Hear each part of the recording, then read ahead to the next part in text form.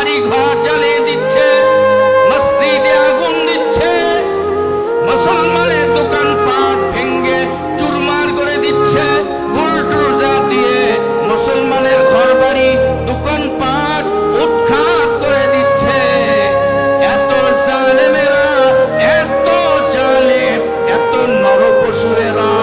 এ আল্লাহ, মেহেরবানি করে ভারতের মুসলমানের উপর আপনার রহমতের দৃষ্টি দাও, মুসলমানকে রক্ষা করো। আল্লাহুম্মা আমিন।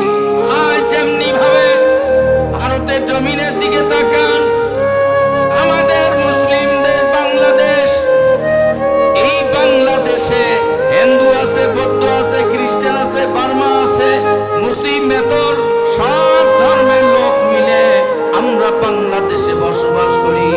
বিশেষ করে হিন্দু ভাইরা, বাংলাদেশের হিন্দু ভাইরা মুসলমানের জামার মতো সম্মান পায়। কথা বলেন ঠিক না বেশি?